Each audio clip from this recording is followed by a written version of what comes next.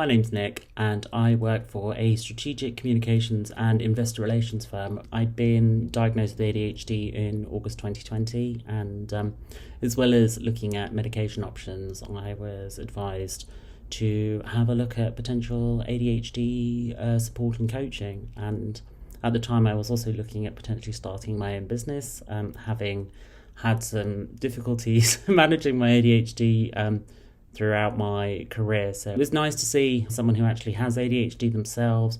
I had quite a few reasons for going to see Max. I had lack of motivation and difficulty with work, but also personal relationships, love life, social anxiety, these sorts of things. And I wanted to give it a try, and I'm pretty glad I did.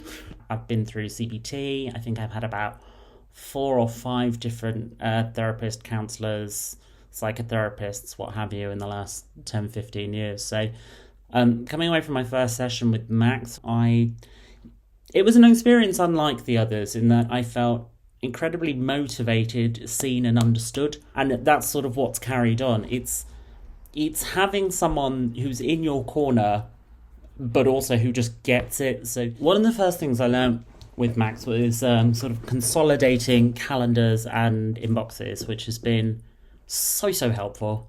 The amount of times that I've double booked myself or committed to something that I've then been unable to do later, or have or missed appointments or things. It's such a rare occurrence now, whereas before it was not only regular but also a factor in not only stress in my life but difficulty with managing everyday tasks, or doing life admin or social engagement. So it's quite nice to not have that as an extra element of any anxiety I'm experiencing now. And I have to say, the anxiety itself has been largely reduced as a result, which is great. It's not just this session you get, there's so much more to it.